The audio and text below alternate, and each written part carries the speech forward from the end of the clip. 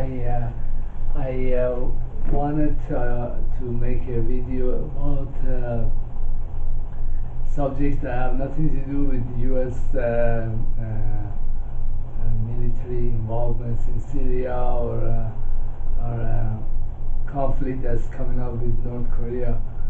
But the media is so full of this stuff, it's kind of hard to ignore them.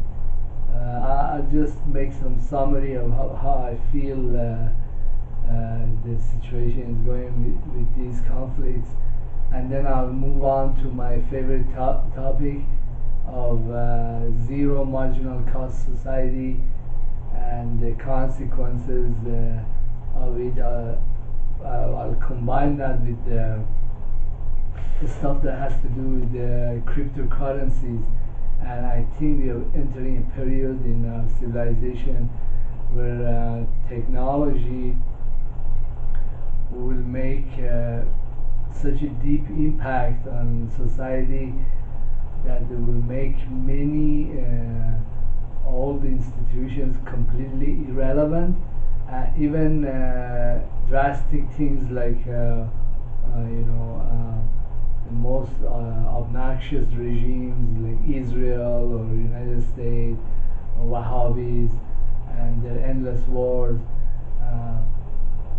I think we are entering an age that these institutions are becoming increasingly irrelevant, and I'll tell you how they have become irrelevant, and that's itself a welcome news of some sort. And basically these ideas blend into decentralization and gradually economic power and the tools that capitalism uses to maintain itself, which is savings and wages and so on. They are becoming reinstituted because if you read some of the economists' ideas, for example, Starkman wrote a great deformation of how the banking system has kind of annexed or taken over by issuing false money. Those are not monies that came from wages or from previous successful industries. That's not real capital. And but with the advent of Bitcoin and other cryptocurrencies, and also to some extent people going back to gold and silver, is that the tools of preserving capital, preventing city-states or stupid United States government to issue unlimited credit to itself and then use that money to buy weapons and start wars, or to do all kinds of stupid things around the world, or buy off everybody else. These things are becoming gradually some tool that's is going to lose its effectiveness, because anybody who's got some functioning brain cells, they're going to try to take their money out of the fiat currency system and put it into a place that's safe, and that's only the three places that I know of are cryptocurrencies like Bitcoin and some of the other currencies, plus silver and gold. I might add that there are some countries in this world that the people, they have done things right for hundreds of years, and their form of currency, even if it's fiat currency, is never going to fall apart, because anybody would trust them. And that's Swiss. Let's go down the list. To some extent, the British banks, but they have a part of the government that's always running after the United States. But I think kind of secretly they have separated their banking system from United States, and many of the countries, like third world countries, they can kind of function or do business with them, and I think that banking system is going to survive. I don't think the U.S. banking system is going to survive, or the fiat currency, the dollar. But that's another discussion. Well, going back to issues with Syria and North Korea, I think that United States, Israel, and Wahhabis have just gone so far with foreigners that a war, even though the public might not know it, is going on, is in session. And I heard that the Iranian government launched 6 very high precision rockets and took out a bunch of headquarters for the takfiris. That's what the word the Iranians use for Wahhabis, takfiris. And amazing, because the technology they have is they identified these people and they took them out. I mean, makes you wonder, do the Americans have such accurate information?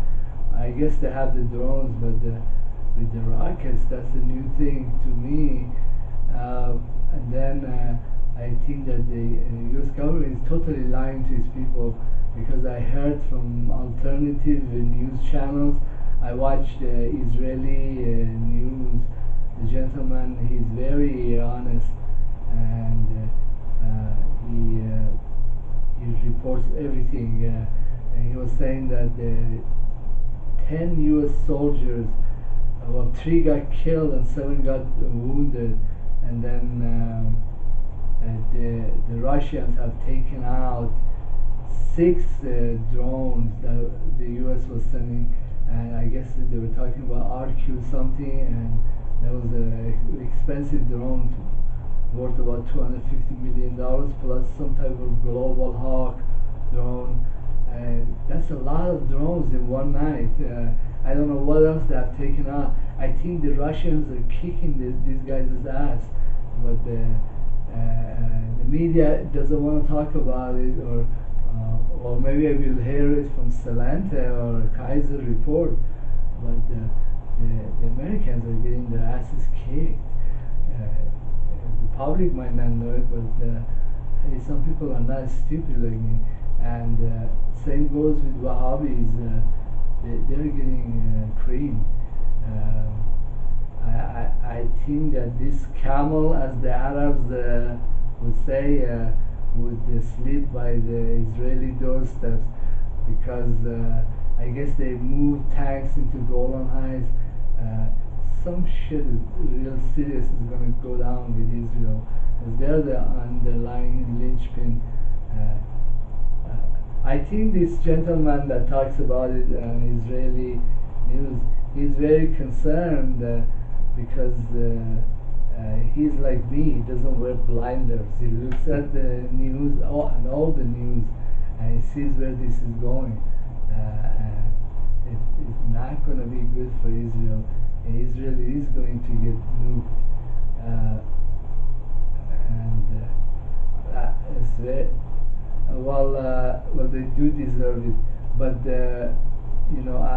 I've known a lot of Jews, a lot of Iranian Jews. I did business with them for many years, and also American Jews, and also Jews from Germany. And I want to tell you something really strange. Is like I also know some Jewish rabbis. This is the strangest things to me. And as soon as I meet many Jews, there is an instant affinity. Like I just sense it. They like me, and I like them. But they are so politically incorrect. In my view, I wanna nuke Israel. I wanna totally dismantle it. But on personal level, I mean, I've kicked out a lot of Jewish girls out of my life. I don't want to marry a Jewish woman. Then, I don't want my kids to be get themselves into this fiasco. I think things are gonna turn very sour, and I don't know. This is a very strange attraction. I guess Jews and to some extent myself, I'm attracted to my own antithesis or anathema. That's really bad. It's like a fatal attraction. I guess the Iranian sailors that arrested one of the American chefs, and they took him to prison. And when these guys got released, because Kerry gave Iran a lot of benefits, the Congress was questioning them and wondering, why didn't you guys start shooting at each other? What's the what's the problem? Like I think the white, I don't know about blacks and Spanish. They usually just totally fly by Iranian radar, and after some small jail time, probably let a lot of them go. But the whites, the Iranians, they usually want to take them to prison, and I think that's where many U.S. soldiers are going to end up, in prison in Iran or in Russia.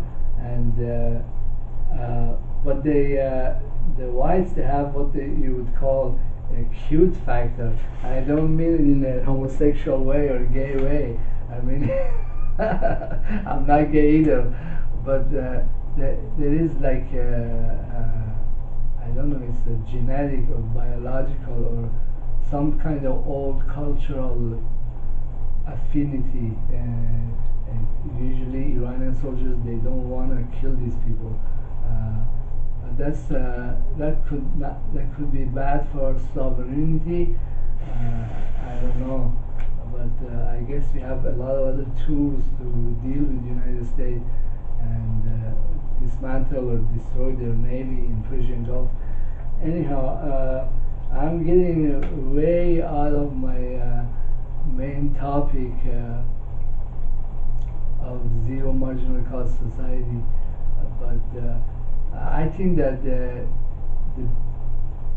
people, they have the common folks, they have affinity to each other, and I don't know, these conflicts will go on, but because of cryptocurrency, most businesses and most individuals, they don't really need the U.S. banking systems and their intelligence services that are so tied to it, or their stock market, because you can now put your money somewhere safe and or invest it in these other vehicles that are showing up, as it's completely out of the U.S. Government purview. And that's a very beautiful beautiful development. I guess you could put your money and keep it out of anybody's, British or German, or so that brings us to a topic of irrelevance of these city-states. Well, Kaiser report, Max was saying that they'll wreck each other. So what? It doesn't matter anymore. Let them. They might even use nukes. So what? I think they have been persistent in this war pursuit so much.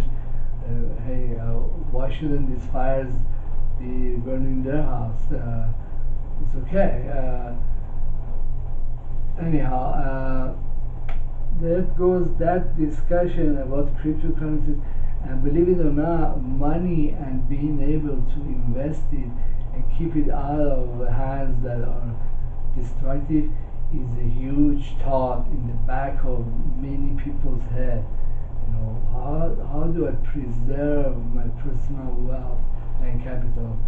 And over over here there's so much fraud with real estate, with the prices in the stock market, and just knowing that you can flip out of this system itself is a huge relief. Well, Obama said something interesting. He said that having Bitcoin is like having a Swiss bank account, and a Swiss bank account. The good thing about it was that, or is that it's pretty secret. Well, I don't know. The U.S. government has pressured the Swiss to disclose their some of the information, but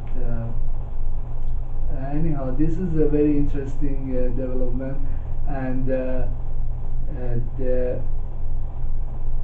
zero marginal cost society means when the cost of producing an additional unit of anything, unit of email service, unit of a car, unit of rocket, or unit of tripod, it sinks to such low levels that it's just it's like the technology will become completely ubiquitous. Well, on a personal level, the prices could sink so low that it's almost free, or companies want to sell another service as premium and they would give it the item away. But let's think about people who are not poor like me. They are not. They have huge resources. For example, let's think about foreign governments like North Korea or Iran or Pakistan or Bangladesh or countries that have significant resources, significant money. Well, when the cost of production of things keeps getting cheaper and cheaper, okay, to them, in comparison, it would be like free or almost zero. For example, to Iranian government, the cost of producing precision hypersonic rockets, it could have collapsed to such a point, because most of the stuff is, almost all the stuff is produced locally with local supplies, and that the cost to them in relation to what they possess is almost like zero. So they'll probably have an infinite supply of these. The same, I was watching stuff about North Korea. They keep firing all these rockets, but previously, 10 years before, the cost of a hypersonic rocket or ICBM is a tremendous cost.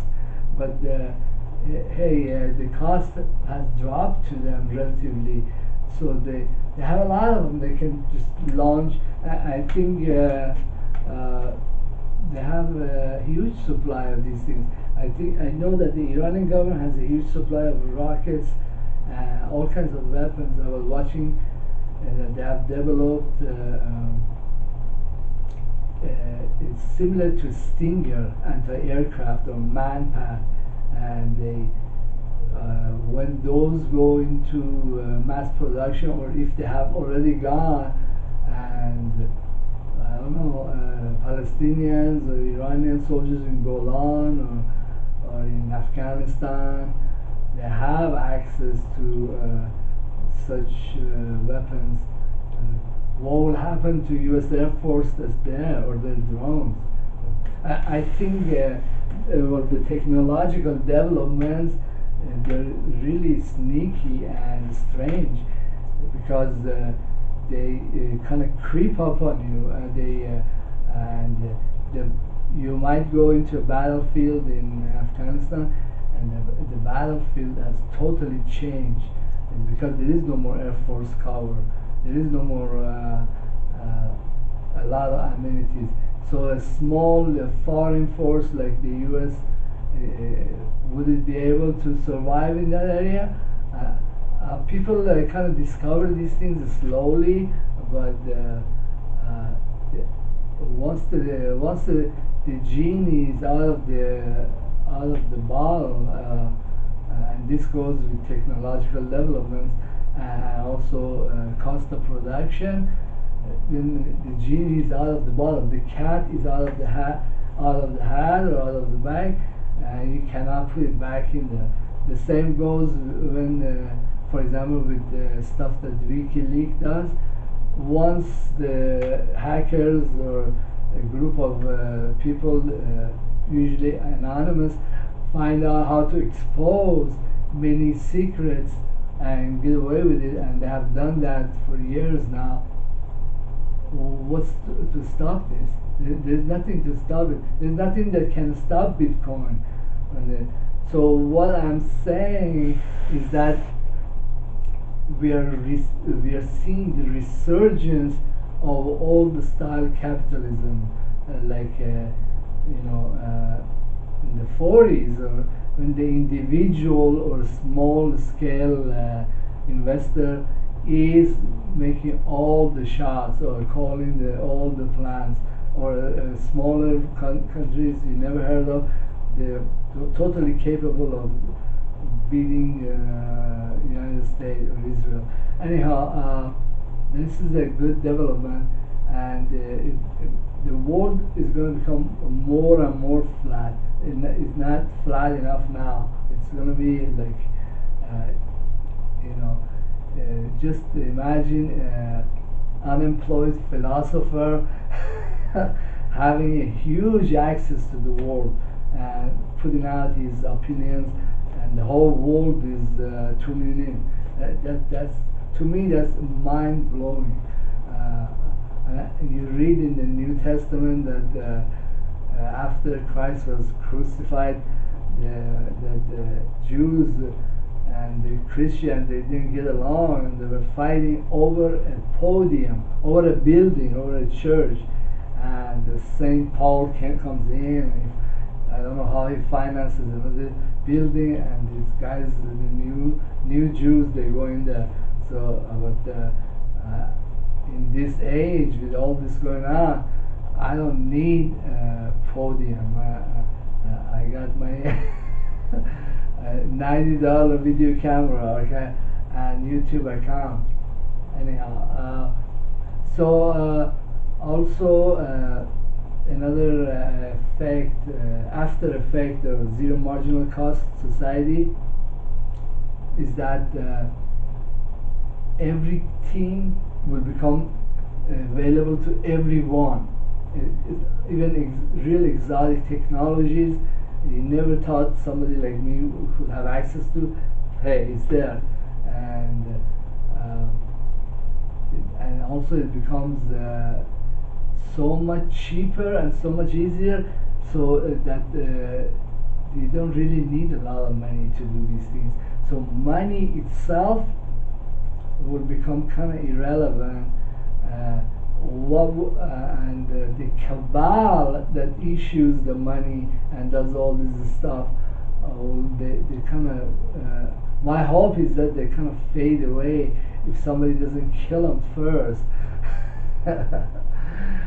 Anyhow, I think another effect that we might have is that there won't be so much bloodshed required to get rid of the banking cabal, or there's not so much bloodshed required to get rid of United States presence in many foreign countries. Not so much bloodshed would be required. You don't have to massacre the whole Israel. Technology could make it, or the new weapons could make it so that they could be pushed back to where they need to be, behind established international borders, and they will stop once the losses, some losses become apparent, or they figure out, hey, the battlefield has really changed. My ideas and my stuff is totally research. Okay, I mean, you can go through the alternative media go watch anybody, Alex Jones, and you see that many of them, they don't talk about this stuff or what has happened, and you didn't see it happening. I just told you. In fact, many other alternative media, they take these ideas and they call it their own. But hey, I don't mind. I believe that if you have a talent or intelligence or resource, you should share it and let the rest of humanity benefit from it without any expectation of. But I do. I'm human. I do appreciate the people tuning in or getting subscribers, and I don't have any plans in near future in the next 2, 3, 5 years to make this into paid site. It almost forever is going to be like this, okay? And this is where we're going to go. Yeah, please subscribe and thank you for your time.